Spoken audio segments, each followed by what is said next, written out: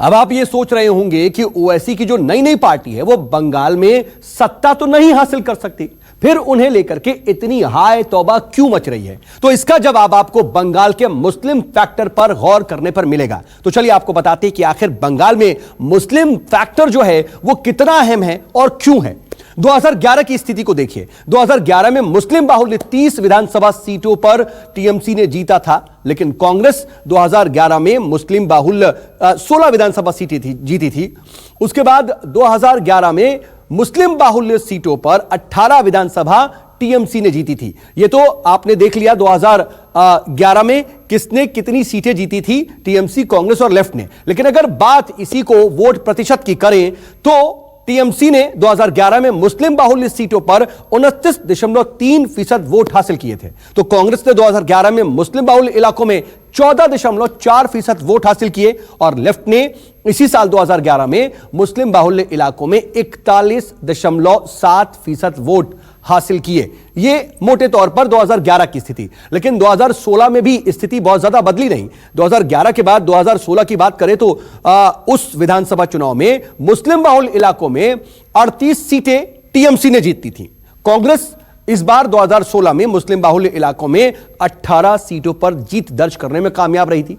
Left को थोड़ा नुकसान हुआ था। 2016 में मुस्लिम बाहुल्य इलाकों में लेफ्ट महज 8 सीटें जीत पाई थी, लेकिन मोटे तौर पर टीएमसी, कांग्रेस और लेफ्ट ही इन इलाकों में अपना वर्चस्व स्थापित करती थी। अगर इन सीटों पर जीत को प्रतिशत में देखें तो 2016 में मुस्लिम बाहुल्य क्षेत्रों में 41% वोट टीएमसी को हासिल हुए थे। तो कांग्रेस को 2016 में मुस्लिम बाहुल्य इलाकों में 19% वोट मिले थे, जबकि लेफ्ट को 2016 में मुस्लिम बाहुल्य इलाकों में 24% वोट हासिल हुए थे।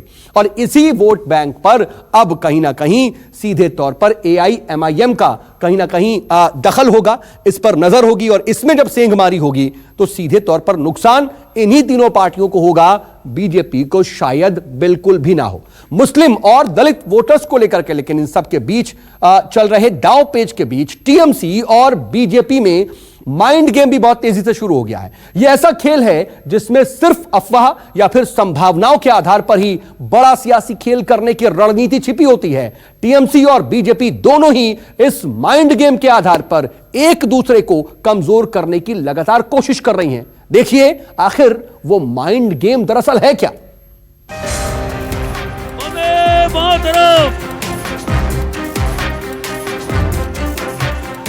किसी भी जंग में जब ताकत से कुछ भी जीतने की संभावनाएं खत्म हो जाती हैं तो नंबर आता है माइंड गेम यानी दिमागी खेल का।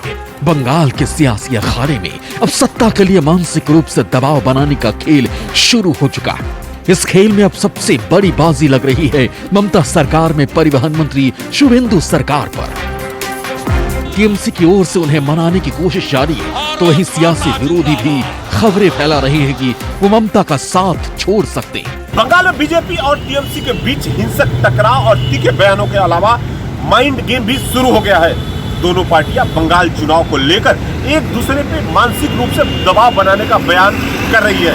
बीजेपी के नेता लगातार ये दबाव कर रहे हैं कि टीएमसी के बड़े नेता उनके साथ आने वाले हैं। तो वहीं टीएमसी पार्टी भी ये दावे शुरू कर दिए हैं कि बंगाल में बीजेपी के कई नेता टीएमसी पार्टी का दामन थामने वाले हैं। ये सब इसलिए हो रहा है ताकि जिला और विधान स्तर पर एक दूसरे कार्यकर्ता को अपने पक्ष में लाया जा सके या उनका मनोबल तोड़ा जा सके। बंगाल में सत्ताधारी टीएमसी के मंत्री शुभेंदु अधिकारी की नाराजगी ने राजनीतिक दांव पेच को और धारदार बना दिया है। उनका गुस्सा ममता और टीएमसी को बड़ा नुकसान पहुंचा सकता है। वरिष्ठ पार्टी नेता सौगत रॉय ने शुभेंदु को मनाने की कोशिश की।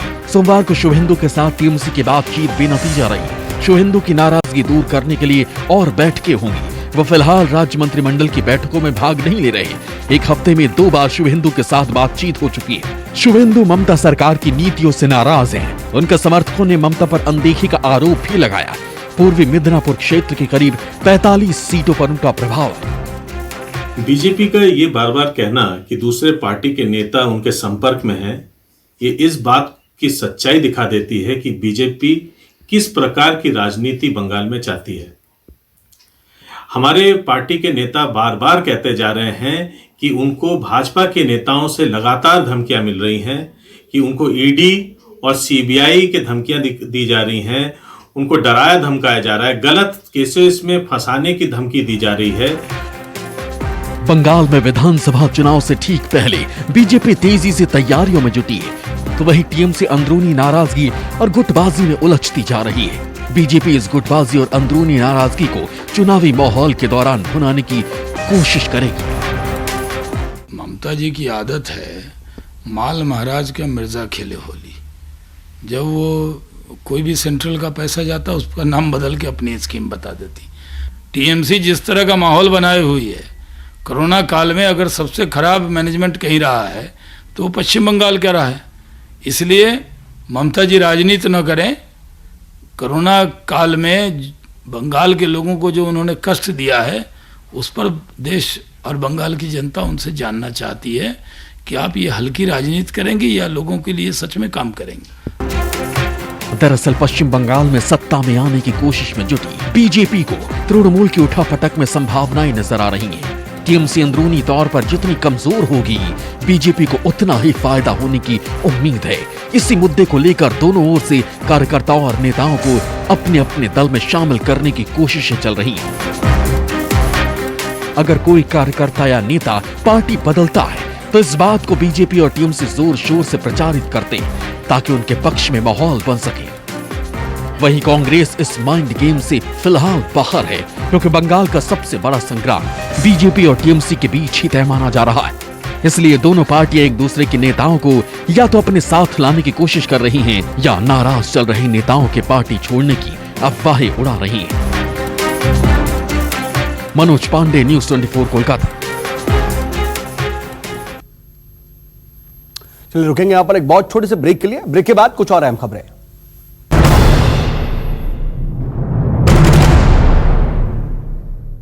नमस्कार, मैं हूं मानक गुप्ता। अगर आपको हमारा ये वीडियो पसंद आया हो तो इसे लाइक और शेयर जरूर करें, और हां, हमें सब्सक्राइब और फॉलो करना ना भूलें ताकि आप देश और दुनिया की कोई खबर मिस ना करें। चाहे कोई ब्रेकिंग न्यूज हो या कोरोना वायरस से जुड़ी कोई भी अपडेट, पॉलिटिक्स हो या आपकी जेब से जुड़ी कोई खबर, इलेक्शन की कोई न्यूज हो, कोई कंट्रोवर्सी हो या फिर कोई वायरल वीडियो, सब कुछ मिलेगा न्यूज़ 24 पर। तो जुड़े रहिए हमारे साथ और देखते रहिए न्यूज़ 24।